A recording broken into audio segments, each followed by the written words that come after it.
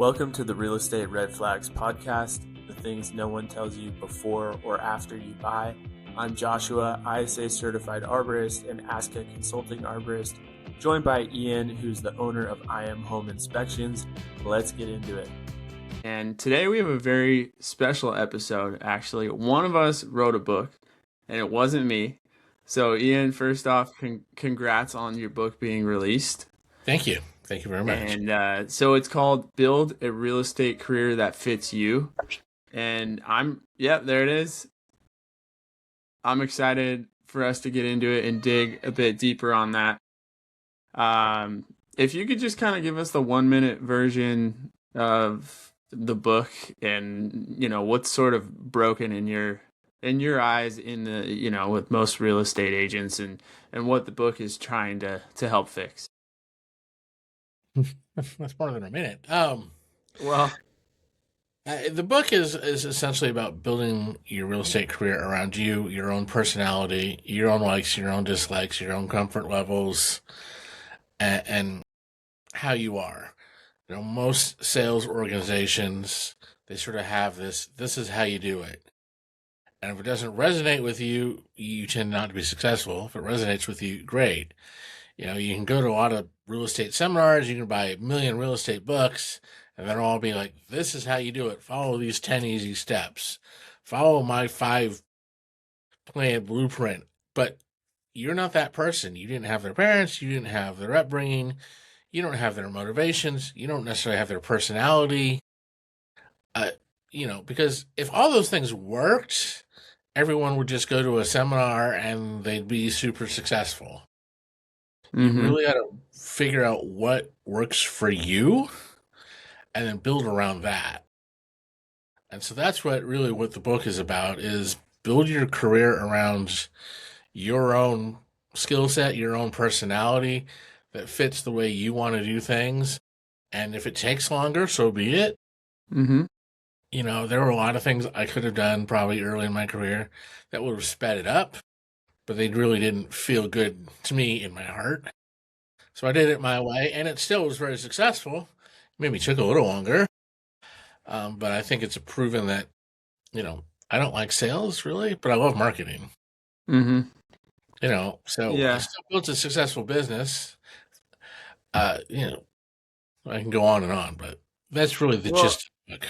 Yeah, it seems like sort of what you're getting at is build something that works for you and that is sustainable. And for everyone, it seems like it's a different path. And so it's kind of finding what works for you and that you can do for the long run. Mm-hmm. Is that accurate? Yes. Okay.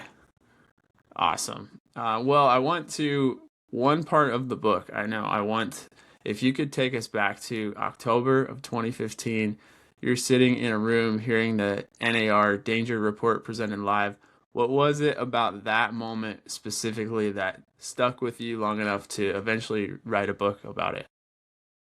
The book is not so much about the report, but the report came out in 2015. NAR, the National Association of Realtors, commissioned this report. And they put it out, and it basically explained everything that was sort of wrong with the real estate industry as far as real estate agents go. And I went to a seminar on it, and it was great. It was very eye-opening. And it was kind of interesting, though, that despite the seminar, despite the report, despite everything, nobody did anything. Like, NAR put it out and then it's still on, you can still go on the web, on the web and find it. They never hid the report, but they did nothing about it. And most real estate agents just kind of went, I've never heard of it, and paid no attention to it.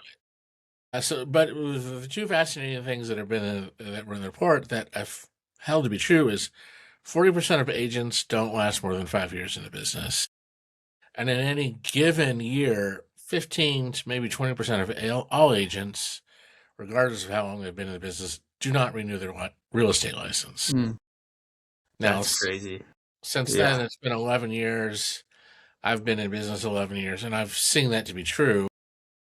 Good 40% of our business are real estate agents who do 1 or 2 deals, and then they get out of the business. They're never heard from again. And we have a good another 15-20% of all our business comes from buyers who don't even like the real estate agent. And they'll say, yeah, don't put my agent's name on the report. I don't trust them. I don't like them. I don't Wow. like. Sounds like they got the Why are wrong you working agent. with this agent? There's so Yeah. out there you could be working with. Why did you choose an agent you don't even like? Yeah, Trust. it's up to them. They can pick whoever they want. So I just started seeing this real disconnect between, our clients that don't like their agent, the real estate agents who seem to come in and do one or two deals and are never heard from again, and then of course the agents who are successful. And I'm like, well, what's the difference between these various groups, and how can we bring them together in a way that makes sense? And that's when it started to occur to me is like too many agents, they get their license, they think, oh, I've got this golden ticket, but they don't really realize what they need to do with it. That's when the work actually starts, is once you have your license. A lot of work to be done. So I want to hear. So I know you bought a true fixer upper early on. It seemed like you had buckets catching rain through holes, and you had holes in the floor. Like, what did that experience teach you about real estate that you couldn't have learned any other way?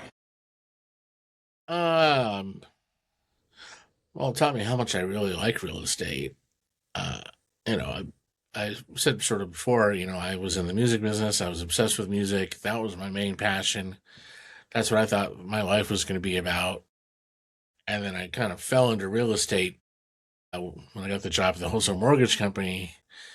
And that was like, whoa, I really love real estate. And then when we bought our house and fixing it up, it was like, whoa, I really love just being in the house, touching things, feeling things, working with screws. And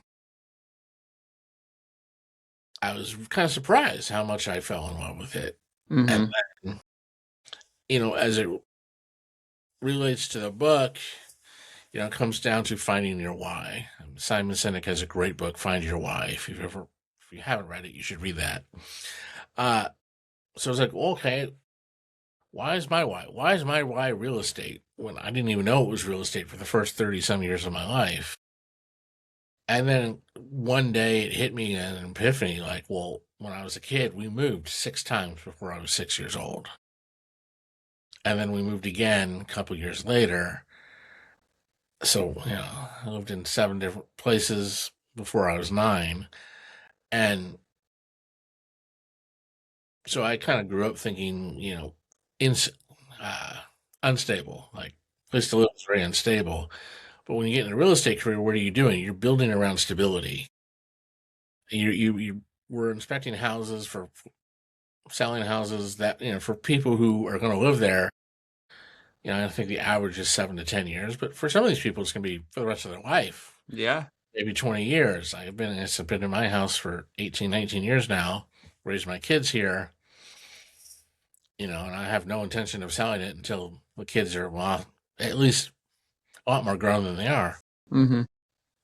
So I'm very passionate about real estate, and that is something I think a lot of agents are missing. Is the ones that are passionate about it are successful. Too many of them get their license and they're either not passionate about it or they haven't figured out what their passion about it is. If you get a license just to say, well, I need to pay some bills, it sounds like a great way to make money, let's try it, you're not gonna do very well.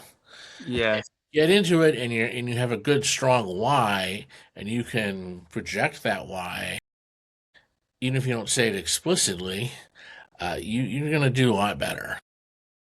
Yeah. I guess how would you, if someone had just got their license and they're motivated but they're still trying to figure out their style, and I guess what would you tell them for them to get started? I know a lot of brokerages tell them to, start hitting the phones and call everyone you know. I guess what would you recommend? What would you tell a new agent on to help them find their strategy? So first off, you need to figure out what are you trying to accomplish. we all are get asked as little kids, what do you want to be when you grow up? Oh no, probably nobody says, oh, I'm going to be a real estate agent. Maybe a few people do. Most of us, you know, don't talk about one day I'm going to be a home inspector or a mortgage loan officer or whatever. These are careers we tend to fall into later. So we have to really ask yourself, what are you trying to accomplish? What do you want to do? I said, if you're just thinking, I don't know, I just want to make some money, you can get a job anywhere making money. Uh, you know, if you're very specific about, you know, do you want to buy a condo at the beach? Do you want to buy a 3-bed, 2-bath in suburbia? Do you want to buy a big ranch somewhere? Do you want to have a small house so that you can travel without having to worry about taking care of the house? Do you want a big, huge house with all the extras so that people want to travel to you? Think about what you really want to accomplish in life. Because if you don't know what you're trying to accomplish, then you're just spinning your wheels. Yeah. I think that's one of your chapter titles, right? Yes. Set goals or spin your wheels. Yes. I mean, Yeah. once you figure out what your long-term vision is, what you're really trying to do, then you need to break it down into smaller tasks. Break it down to like 1-year goals, 6-month goals, 1-month goals. You know, how are you going to get to that? I just remember a buddy of mine used to run a little real estate networking group, and he wasn't going to be there one day. She's like, I need you to run the meeting. And it was December-ish. So we were coming up on the next year. So I said, let's go around the table and everybody say what your goal is for next year. And, you know, these very experienced real estate agents looking at me like, goal? What goal? I don't know. My goal is to sell more houses next year than I did last year. I'm like, that's not a goal. Yeah.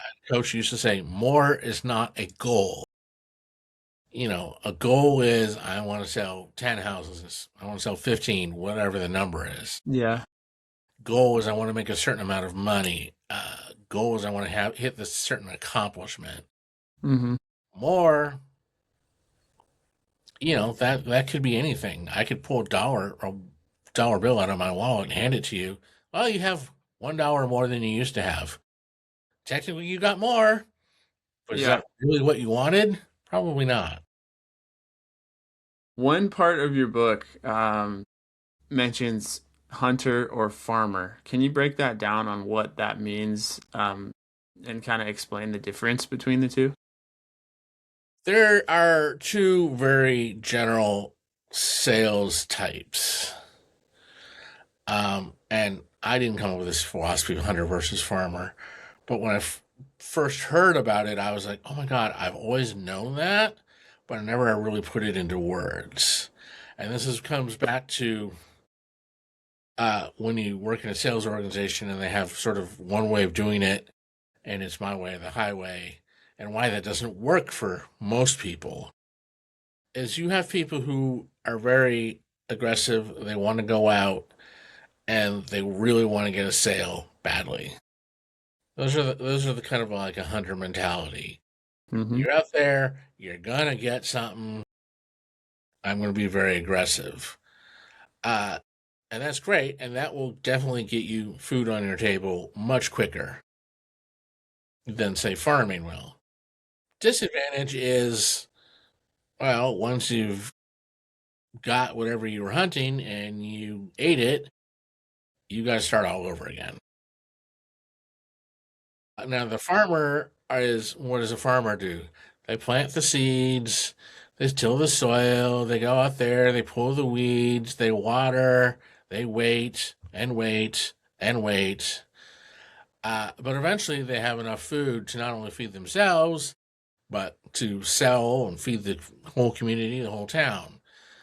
So it really comes down to sort of two different sales types. Are you the kind of person who really likes to be aggressive, go out there and get something right away? And yeah, you're going to be successful right away, but then you're going to have to start over constantly? Or are you the type who likes to build something slowly and, okay, it's not going to put money in your pocket right away, but eventually over time, you're going to have so many clients that it will sustain you long term. So those are kind of the two metaphors. I just remember we were at a brokerage meeting, and we were waiting to start, and these two agents were sitting in front of me, and one says, "Man, I love sitting open houses. You sit there, clients walk in, and you meet so many different interesting people, and it's just a great way to pick up leads." And the guy next to him says, "Man, I hate sitting open houses. You just sit there, you're waiting for people to come in, and they may or may not be leads. I'd rather get on the phone and call people." Yeah, And it's like, that's crazy. The difference. Everyone's different. That's your to your who's point. right, who's wrong. But, when Right. you get into a sales organization, they tend to be, you have to do it this way. You have to make these many phone calls. You have to use this script. You have to do this. You have to do that. And if it doesn't resonate with you in your heart, you're just going to sit there and go, no. Like, I've never been a phone call kind of person. So when I worked places where they're like, you got to work the phones, I was just kind of like, no Yeah. amount Ooh, of, that sounds rough. Yeah. if you don't like working phone calls, all the motivation seminars on how to make phone calls probably aren't going to help you that much. If you hate open houses because you prefer phone calls, going to a seminar on how to be a great open house person probably is not going to resonate with you. So the point of the book is I kind of get to is find the things that you want to do Mm-hmm. and go all in them, and don't worry about the things that you're not good at. So there's a little quiz in the book to kind of tell you, do you tend to lean hunter? Do you tend to lean farmer? Are you somewhere in the middle? Uh, that's where we all sort of naturally vibe on. And then from there, you can pick strategies that fit you. Right. Like marketing methods and that fit your personality. Like to your point, someone may have no problem making calls all day long, whereas to someone else, that sounds like the worst thing ever. So, Exactly. yeah, that's a really good point. Um, You also have to be, cognitive of, if you're going to do like more long term things, it's going to take long term. right. If you do the short term things, great, you're going to put money in your pocket, but then you're going to have to start all over again in a couple months. Um, so you have to be cognitive of the cons of your methods as well. If you've got bills to pay right away, farming is kind of, but then I've also seen people who get really aggressive on the hunting side and then they burn themselves out. Yeah. You can only do that for so long, I'm sure for most people. What about owning your neighborhood? I know that was another chapter of yours. What separates an agent who actually owns their neighborhood and farms it or hunts in it versus someone that is kind of spread too thin in a large area? I mean, this started on the home inspection side, and then I really realized it made so much more sense on the realtor side. But on the home inspection side, I see so many new home inspectors come in and like, I'm going to go anywhere. I'm going Yeah. to serve all of Southern California. I'm going to go here and drive there, and I'll drive from this place to that place. Yeah. And, I'm like, why? You're going to burn yourself out. I mean, I did a couple of those when I was new. And for me to drive from, North LA to Orange County and back, okay, that's 2 hours each way in traffic. That's 4 hours. I could have done a whole nother inspection. So I really, early in my career, limited my territory. Uh, and, well, obviously we grew. We're now at 8 inspectors, and we still don't go hours and hours away. You know, So, and then I started realizing this also really applies to real estate agents. Most of the real estate agents I know who are super highly successful only work in a certain limited territory. They might make an exception and go here or there, but they do all their marketing, all their prospecting in a very defined area. And there's a story in the book. There's one agent I know, and just like she's almost never without a listing, never without a deal in escrow. Like, constantly has, as soon as she posts sold clothes, she's posting brand new to the market, Yeah.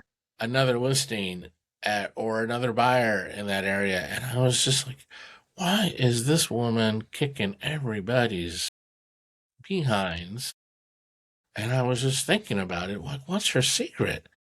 And then one day I'm looking at, all the inspections I did for this person, and I'm about fell out of my chair when I realized everything's within walking distance of each other. Gosh, I mean, that's incredible. miles. Yeah.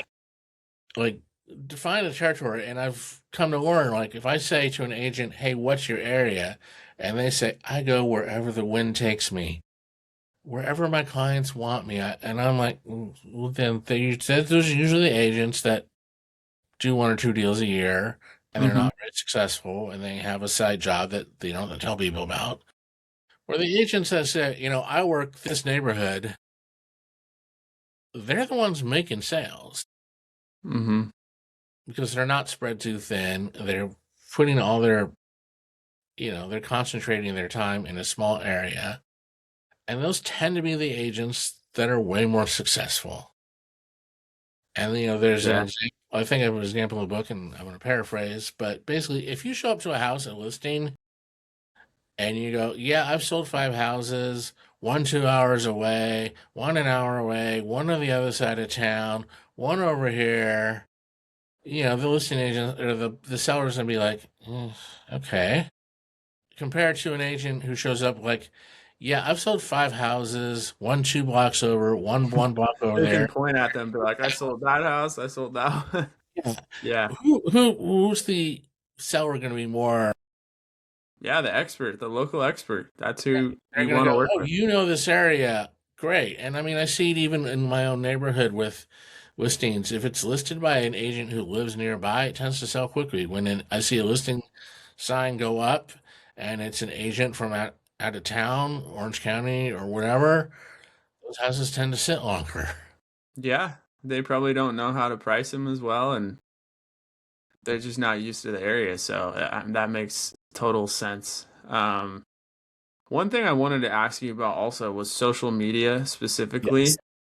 So where does that fit for an agent who maybe is just getting started and has no social media following, and then maybe for someone that isn't naturally a content creator, or it would feel a bit uncomfortable for them to be in front of the camera? Well, first I can say if you don't want to be in front of the camera and don't want a picture everywhere, you're in the wrong business. Yeah, that's a I good point. if being a real estate agent is like you have to be kind of a local celebrity in Yeah. your area. Social media is of course very important. I don't make it I didn't put it as the primary method. I usually say it should be your secondary method of marketing, but my business pretty much grew on social media. During the COVID pandemic, obviously we couldn't network, we couldn't do anything other than put on social media, and we grew immensely by posting just every day. And I've always done a lot of posting, pretty much almost every day from the beginning. And so then it goes back to, okay, so what's content do you have? Well, if you're a real estate agent, you create content every day by just existing. Okay, a picture of you in the office, picture of you on the phone, picture of you in contracts, picture of, door knocking, the neighborhood you've chosen to be your area. I remember one agent posted, she had the map of all the houses she was going to show her buyer that day. That was a great post. Basically, just showing people what you're doing, it seems like. Yeah. Yeah. Someone I know said, you have to be your chief repeating officer.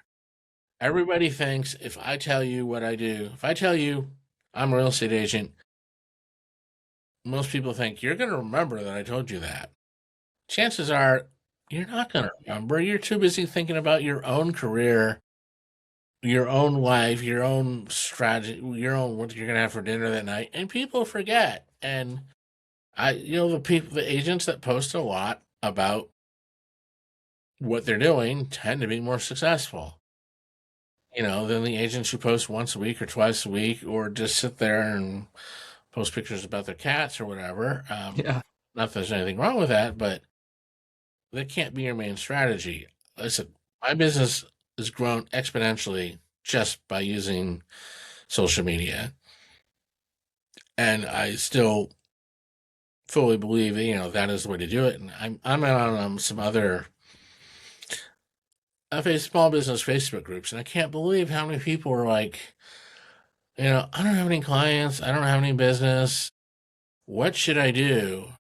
And then you go look at their profile, and their profile, is a very unprofessional picture. It has no mention of their business on it. They haven't posted about their business. And like, what you should do is probably use that thing that you're using to ask a question on to tell the world what you do. And I'm always surprised when I see an agent post something, and then one of the comments is like, "Oh, I didn't know you were a real estate agent." Like, yeah, because people think That's the problem. Yeah, they got yeah, to know. what's up with my chair? But yeah, you need to repeat what you're doing. You need to constantly remind the world what you're doing because the world's gonna They're not forget. going to remember. Yeah, you got to keep reminding them. Absolutely. Another topic I wanted to go over that was part of your book was chapter 10 is budget like a business owner. Yes. What is a mistake you see agents make who are not making good financial decisions? And as an add-on to that, do they need to drive a nice car right away? Well, you answered the question. I think probably the biggest thing I see most agents do is they close one transaction and they immediately go out and lease. Used to be white Mercedes. That was the thing. Everybody Uh-huh. leased white Mercedes. Now it's a little more variable, but they get that first big check Yeah. and they don't realize like that check has to sustain them for a while because You got to pay taxes on that too. and then you got to pay taxes on it. I mean, that's still as we're both self-employed, I mean, we both get these big tax bills at the end of the year. And if you don't like set aside some money for taxes or plan for it, it gets scary quick. You know, the amount of email I get from the IRS at times is scary. But the hard part about being a real estate agent and why a lot of people end up not liking it is, the money is very hit or miss. Your checks are not every 2 weeks. You're not getting paid on a regular basis. When you do get a check, it's a lot of money, but it has to sustain you until the next big check. You don't know when that next big check is coming. The guy who sold me my house said the key to being a real estate agent is you can't care if it closes or not. But most agents, of course, really do care if it closes or not because they got bills to pay. So the basic chapter is, learn to budget. Don't spend too much at any given time, but also set aside money for your marketing. Most agents I know that are really successful set a percentage of whatever check they get aside purely to reinvest in their business. And, I saw one agent really blow up big. I met this agent before they were licensed. I remember when they passed their license exam, and then they blew up really huge.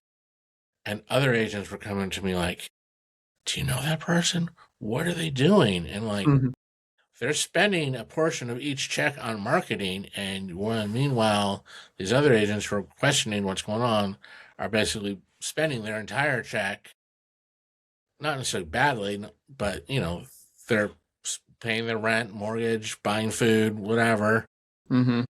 and they're not setting any aside to reinvest in your business. I mean, I certainly didn't get to where I was without constantly reinvesting. I definitely remember a lot of times in the early days, like, "Ooh, I got a check from a client. Do I pay a bill or do I go out and buy some marketing material to Yeah. reinvest in the business?" And most of the time, the marketing material won Mhm. because you're not going to be successful if you don't reinvest in yourself. But the That's main point of the chapter is, be cognizant of the fact you're not getting a regular paycheck and, don't spend it all yeah. and be ready for when the IRS comes because they're coming. And Mm-hmm.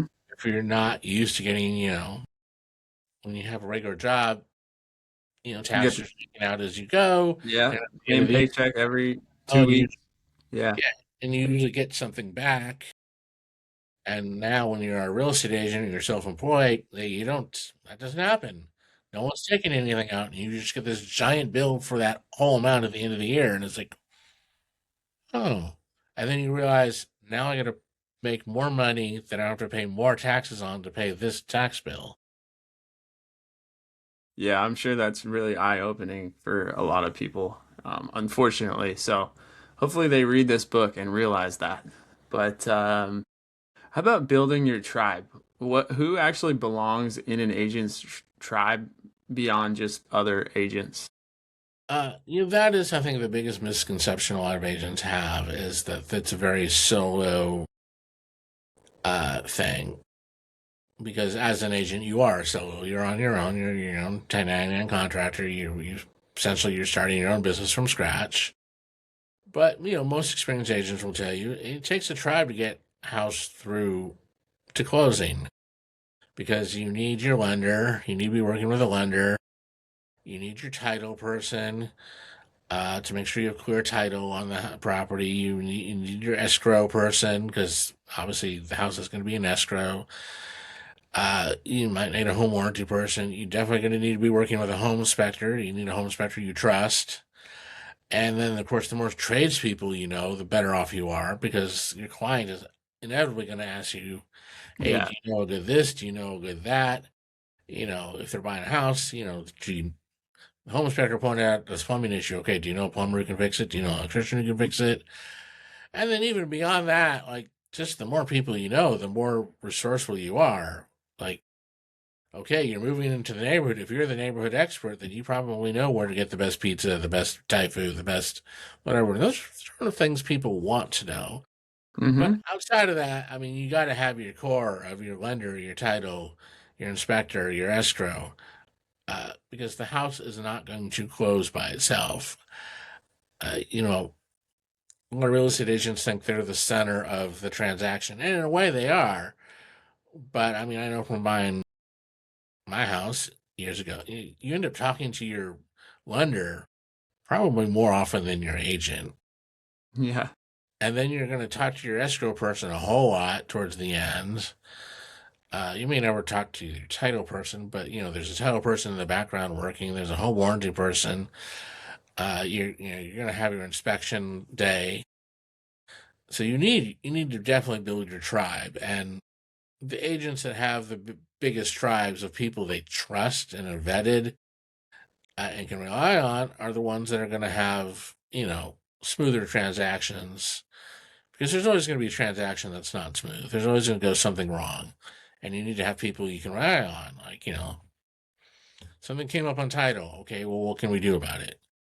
If there's this hiccup on in escrow with the paperwork, okay, do we have someone who knows how to fix it quickly?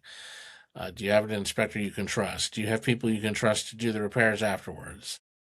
So the more people you know, the better off you are, really. Yeah. I mean, I could definitely see the value in all that. How about work-life balance? What's the biggest myth with that? And I guess what's your stance in the book on work-life balance? Yeah, the biggest myth is that there is balance. It's never 50-50.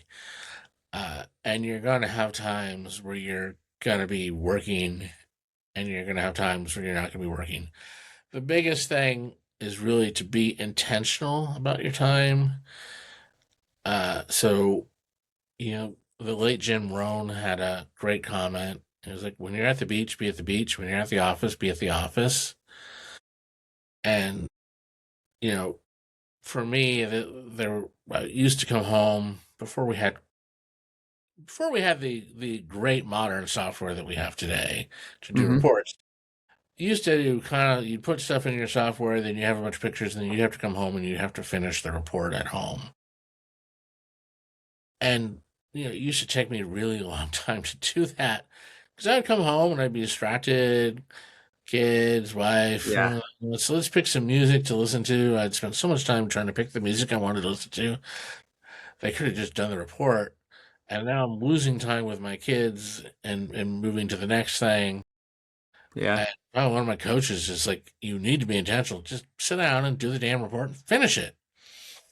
And I was like, oh, yeah, that made a world of difference. And so the same thing is like when you're selling a house or you're doing a marketing thing, you concentrate on what you're doing.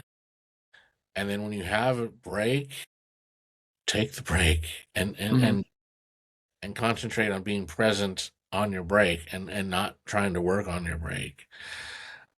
But it's never going to be a perfect balance, and you're going to have seasons, and Mhm. you're going to have times. When my kids were small, it was very. I maybe didn't work as hard on the business as I could all the time because I wanted to be there and present. Now that my kids are a little older and they're much more independent, it gives me more time to focus on things like writing a book. Mhm. Uh, so just you got to just be sort of cognitive of it all and not go all in all the time. Mhm. I think a mistake some people make is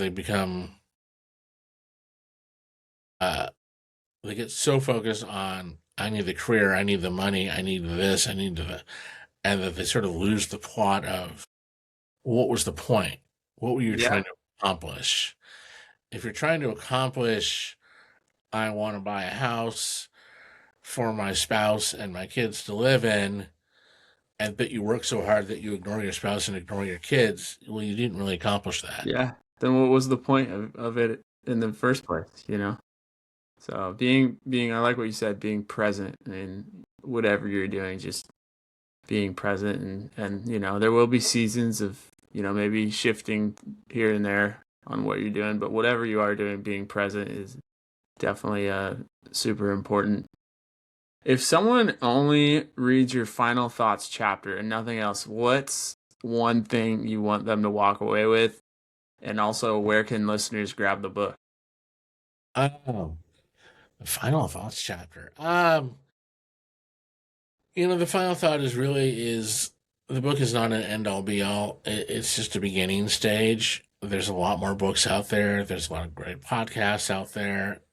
So to always be learning, never stop learning. You're never going to know everything. There's always going to be something new to learn. Technology is constantly changing. So there's always going to be some new technology that comes out that's going to change how we do things. So that was really the final thought is to always just be constantly trying to improve yourself. Don't just read the book and go, right now I know everything and go on about life. It's an ongoing journey. Yeah, I love it.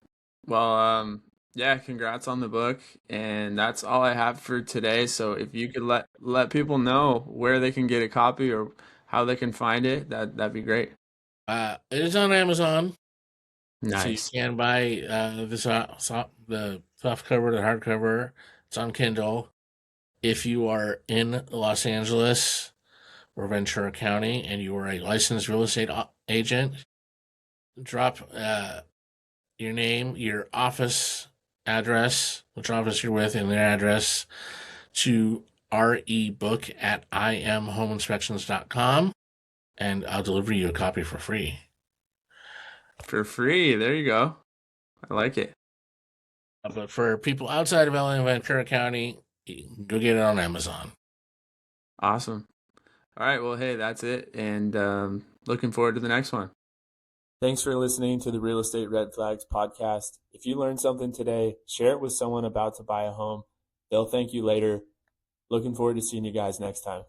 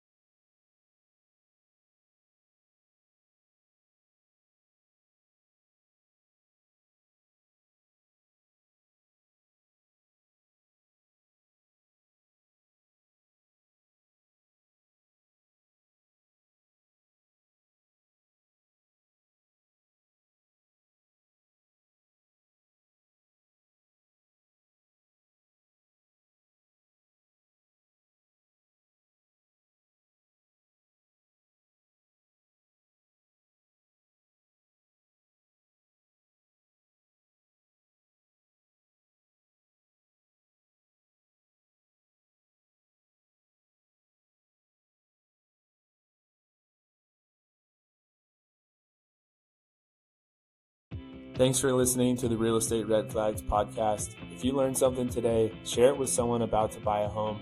They'll thank you later. Looking forward to seeing you guys next time.